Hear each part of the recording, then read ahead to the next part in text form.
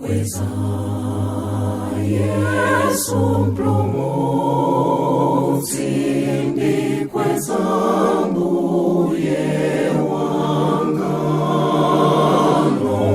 pamtanda natiwombola, nafera kutipulumutsa fe.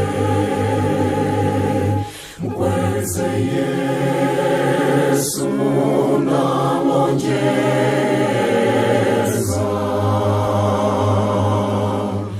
ndidzatenga numwamba,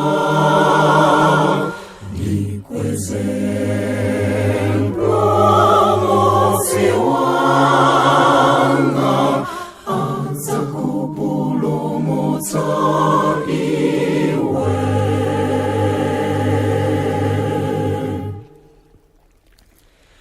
Mpingo wa Mulungu mwamba, lalika kwa anthu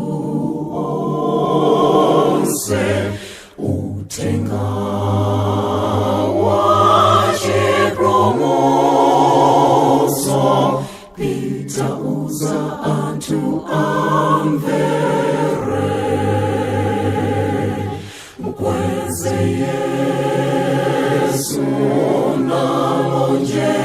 nalonjeza,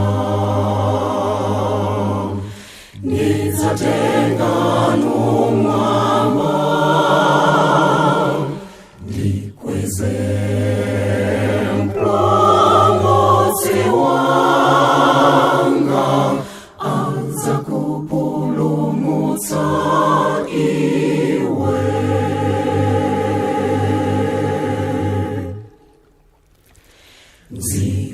Zikomo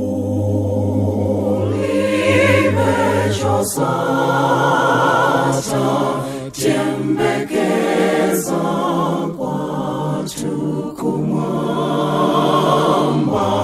tidzawona Yesu Mbuye, kudzatitenga kumwamba. Mkweze Yesu nalonjeza,